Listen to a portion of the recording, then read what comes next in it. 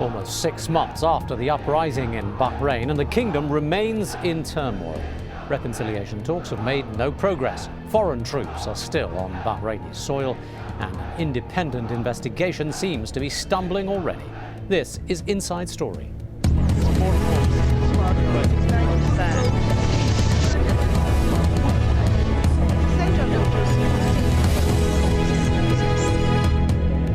Hello and welcome to the programme. I'm Taimur Nabili. Now, it seems the commission of inquiry that was established to investigate the recent uprisings and the government crackdown in Bahrain is in trouble already. There are reports that several members have just resigned, just days after the inquiry's chairman was accused of siding with the government. Well, that news comes amid continuing controversy over Al Jazeera's documentary, Bahrain Shouting in the Dark, which has been condemned by the Bahrain government. Now, from the first days of the protests, Al Jazeera has invited Bahrain's government to comment and to contribute its opinions on the events in the country. And I'm happy to say that today we do finally have a representative of the country's Shura Council amongst our guests on the programme. Before we speak to him and to our other guests about the present situation, let's just sketch a timeline of events that has brought us to this point. Well, the unrest in Bahrain began in earnest on February the 14th, when thousands of people gathered at the Pearl Roundabout in the capital, Manama. The gathering was mostly without incident until February the 17th, when police stormed the roundabout and at least 7 people were killed. After a series of arrests and political confrontations, the king decided to release a number of political prisoners, including the prominent Shia opposition figure Hassan Mushaima. But the gesture failed to placate the protesters. And on March the 14th, 1,000 Saudi troops and 500 police from the UAE arrived in Bahrain, and martial law was declared the following day. Bahraini forces cracked down again, banning all public gatherings, even demolishing the Pearl Roundabout entirely. In April, the government dissolved the main Shia opposition party, Al-Wafaq, and in May, the king again called for talks on reform with all the parties. The country lifted the state of emergency on June the 1st, and 21 opposition figures still face military trials accused of trying to overthrow the system. On June 29th, an independent fact-finding commission was set up to try to investigate the events during the protests, and on July the 2nd, more talks began between the opposition and pro-government groups. Well, I'm joined on today's programme by, from Manama, Jamal Fakhro, who's the first deputy chairman of the Shura Council. That's the upper chamber of Bahrain's parliament. And in Durham, Christopher Davidson is a lecturer in Middle East politics at Durham University. Thank you for being with us. Jamal Fakhro, let me begin with you, if I could. We saw the beginning of another dialogue between government and opposition at the beginning of July. Since then, very little more. Can you tell us about the state of affairs right now? Well, I mean, first of all, if you know that the dialogue lasted for a few weeks between approximately 300 participants from representing the variety of Bahrain society, political society, civil society, government, oppositions, and members of the parliament and the Shura Council. And the outcome of the dialogue was approximately 290 points which were raised to His Majesty the King for him to decide who will be taking action to implement those points. As far as I know, that all those points which were referred to the executive power, to the cabinet of ministers, have been a committee was formed so far, headed by the Deputy Prime Minister and comprised of a number of ministers in the 4 main sections of the dialogue, which was the political, the social, the economical, and the human rights sections. As you can recall, if you remember, we had 4 sections of the dialogue.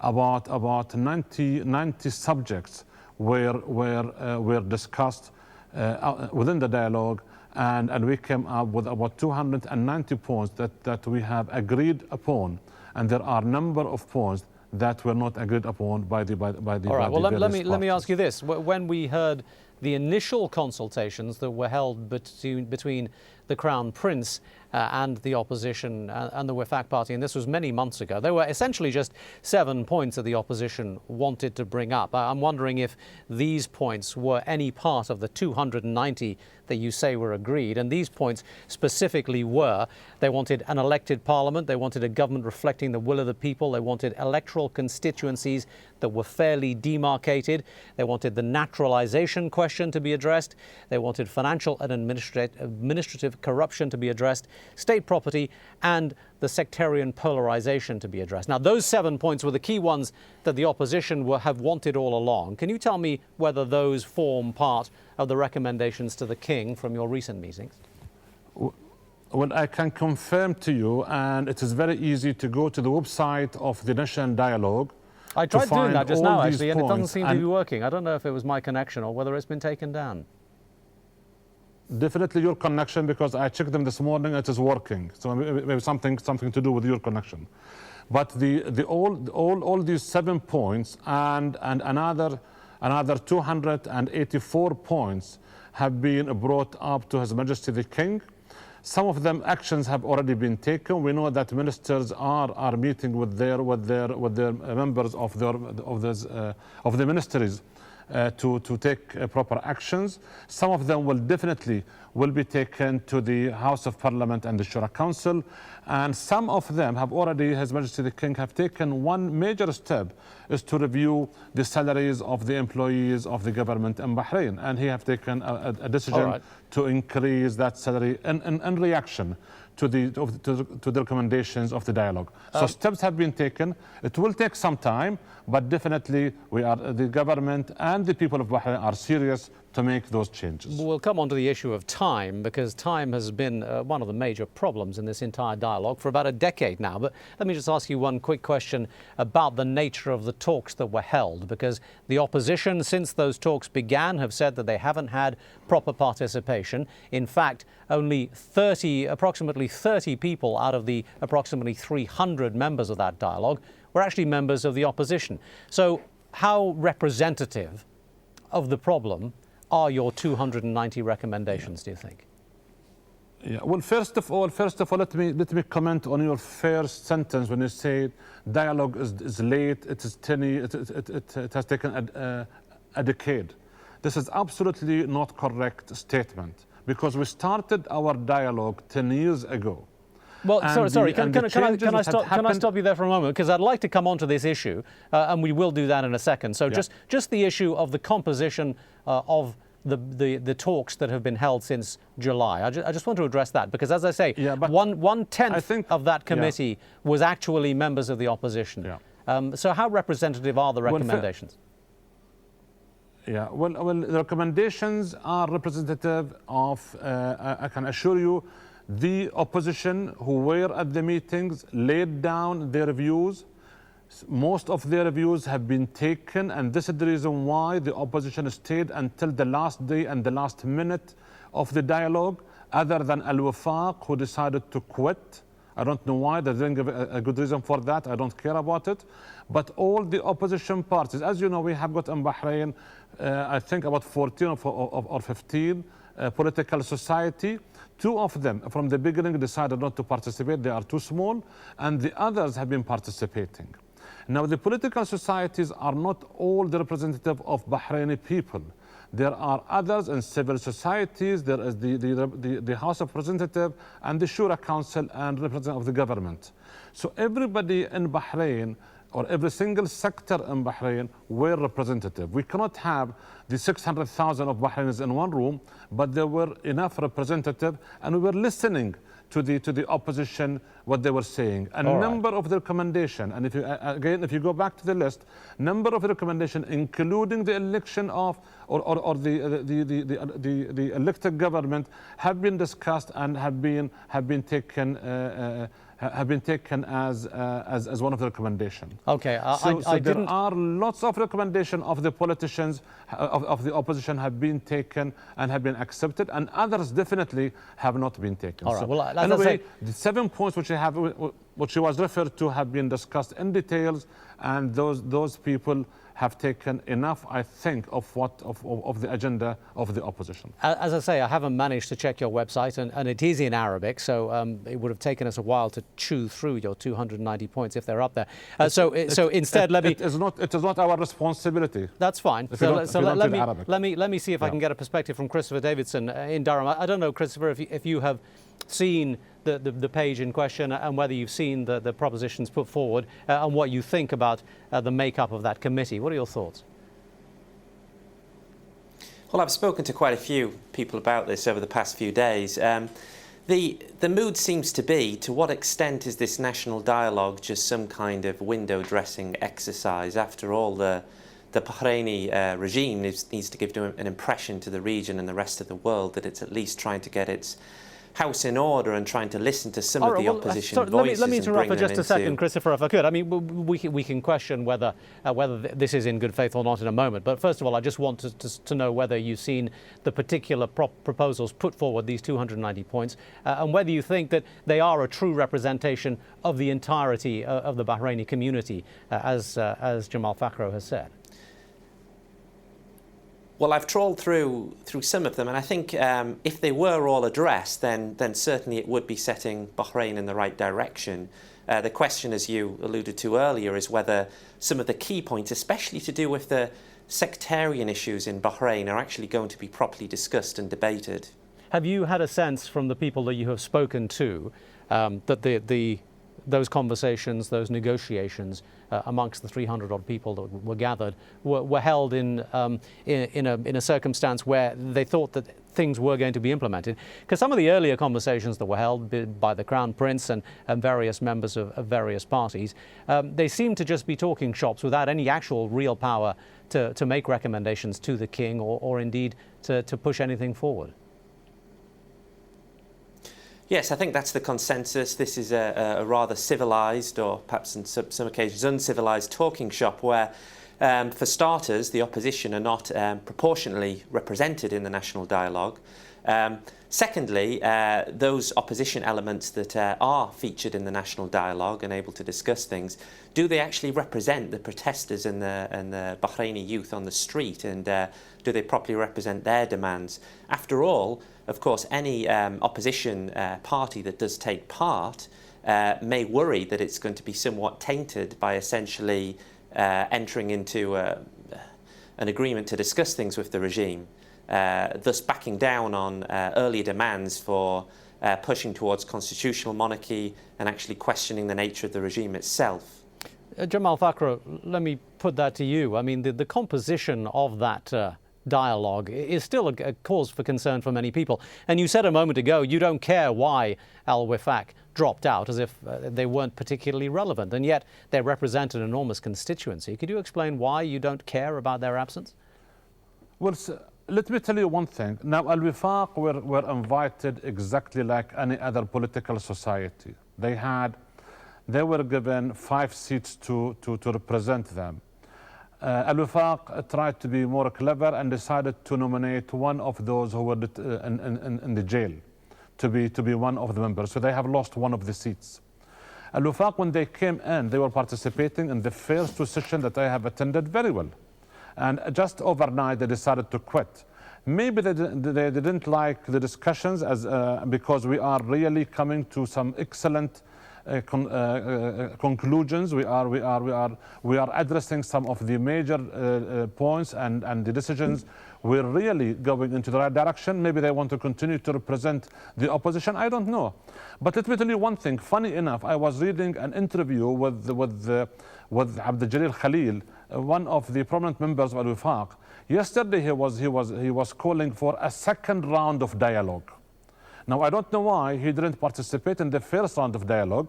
Now they are calling for a second round of dialogue, which really I could understand that they felt now, regretted that why they did not participate in the first round of dialogue, because that first round brought an excellent decisions. And I will tell you, the Al-Wifaq, unfortunately, have lost of their supporters because the outcome of the dialogue came exactly what the Bahraini people wanted.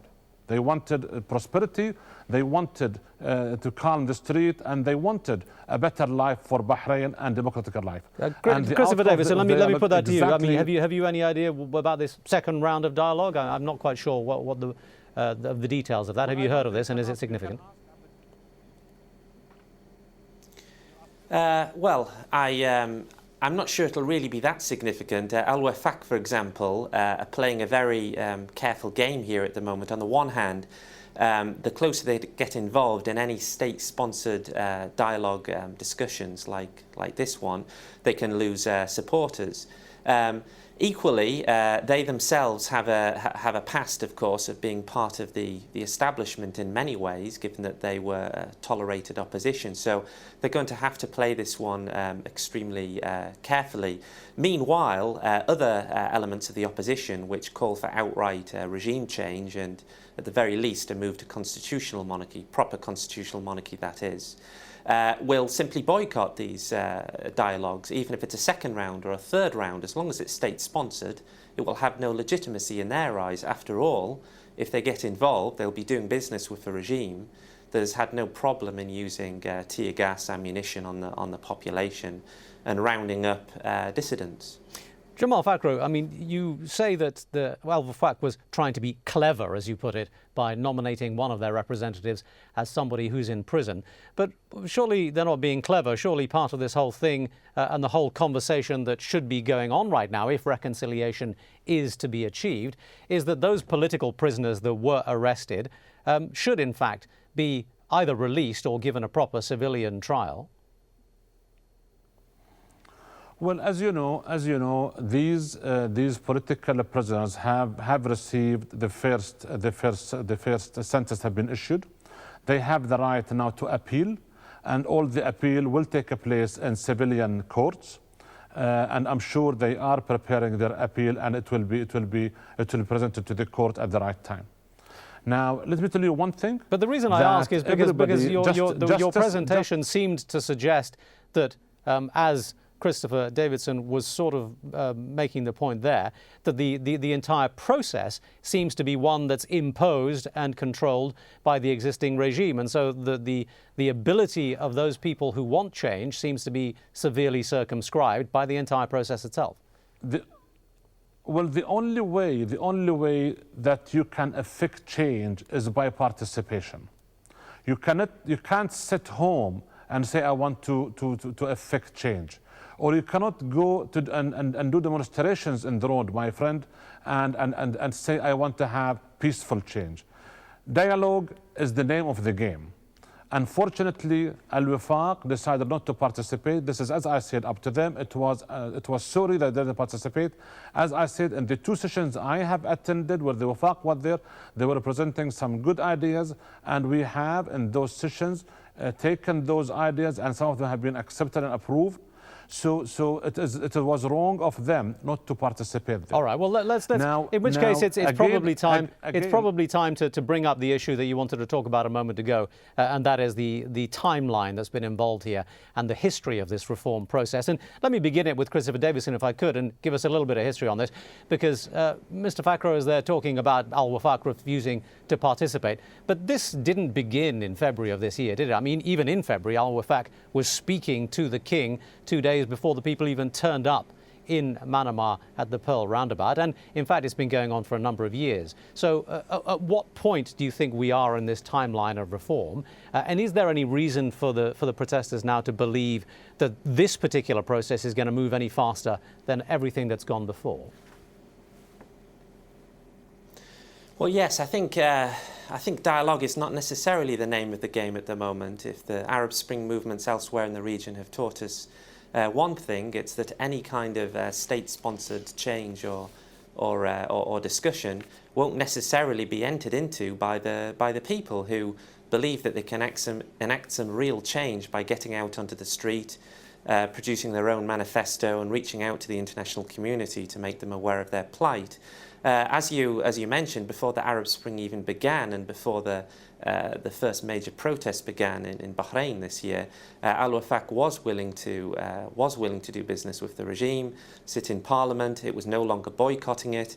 They were willing to have that discussion. And I think what we're seeing now is a realization that if you openly hold discussion with a regime that is very quick and willing to take political prisoners, it may offer them a trial, but if you have a regime where the judiciary is not separated from the ruling elite and doesn't allow proper media access or NGOs, human rights activists, to do their work in the country, there are some serious question marks about any kind of involvement in a state-sponsored dialogue. And it's not just the events of the past few months, is it, Mr. Fakra? The National Action Charter was launched by the King 10 years ago with the aim of reform, and very little has happened since then. If that charter had actually been effective and quicker in moving the dialogue forward, we wouldn't surely be at this point at all, would we?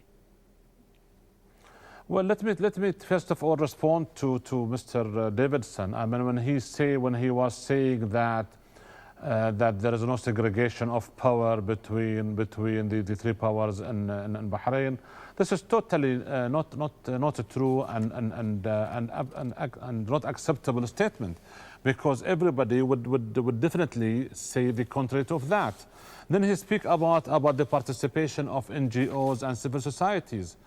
He can talk to any single NGO. I don't know with whom he was talking when he said he was talking to people in the past few days, but he can talk to any single NGO in Bahrain, and he would know how much freedom is there for the NGOs to take any action within their laws and within their bylaws. We have in Bahrain more than 550 NGOs until today, and I will be surprised if he will still tell me that the NGOs are not participating. And every single law issued in Bahrain, the relevant NGOs have been brought in by the House of Parliament and by the Shura Council to listen and to their views of those laws. Christopher Davidson, let me ask you to respond to that. From where he, let me first of all finish, and maybe the Bahraini regime, of course. Sorry, just get an answer in there quickly, because we're running out of time. Christopher, go ahead. Yes, I will. Thank you. Yes, there's of course a well-documented history in 2011 of the Bahraini regime's abuse of human rights organisations, especially in their leaders, several of which are behind bars, bloggers, etc. Other people trying to promote genuine autonomous NGO activity in the kingdom, rather than what my respected colleagues referring to, which are essentially state-tolerated NGOs and human rights organisations. There's a very clear distinction to be made. All right, let me stop you there. We are running out of time. Jamal Fakra, let me ask you one thing. Out of these 290 points, and if a second round of dialogue is held, and if all this goes well, the one key element of all of this is going to be, when you have finished your discussions, will it be put to a public referendum? Well, I have no idea on that, but I believe, first of all, I have not heard of anything to be called second round of dialogue. This is only what Mr. Khalil have said yesterday in his interview. The people of Bahrain, represented by the House of Parliament, by Majlis al-Shura, are going to review all the laws. Well, this is part of their point, is they feel they're not represented. So if you are going to introduce reform, will you allow them the chance to vote on it? No, sir, it is not a matter of feeling. It is a matter of applying laws and legislations. Our laws in Bahrain, our constitution in Bahrain, says that the House of Representatives and Majlis Shura are representing the whole of Bahrain.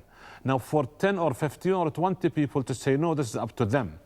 We apply laws and legislation. Al-Wafaq in 2002 decided not to participate. They participated heavily in 2006. And I will encourage you, and I hope your email, your internet work in Doha, I will encourage you to go and visit Al-Wafaq Society to see the list of points they have listed there on what they have achieved in the democracy over the last 10 years.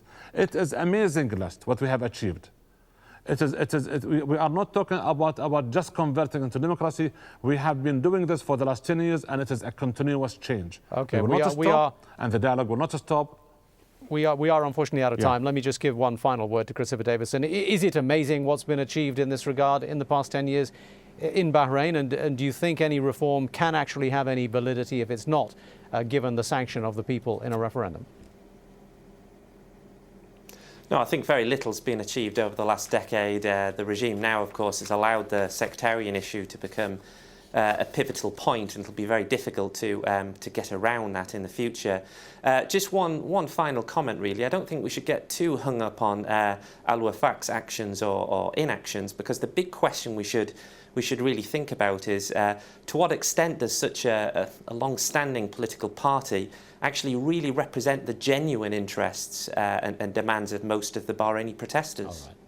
There we will have to leave it. Christopher Davidson in Durham, thank you very much for talking to us, and Jamal Fakhro of the Shura Council in Bahrain, thank you for talking to us as well. And also thank you for watching this edition of Inside Story. We always welcome your comments and suggestions. InsideStory@aljazeera.net is our email address. That is goodbye for now.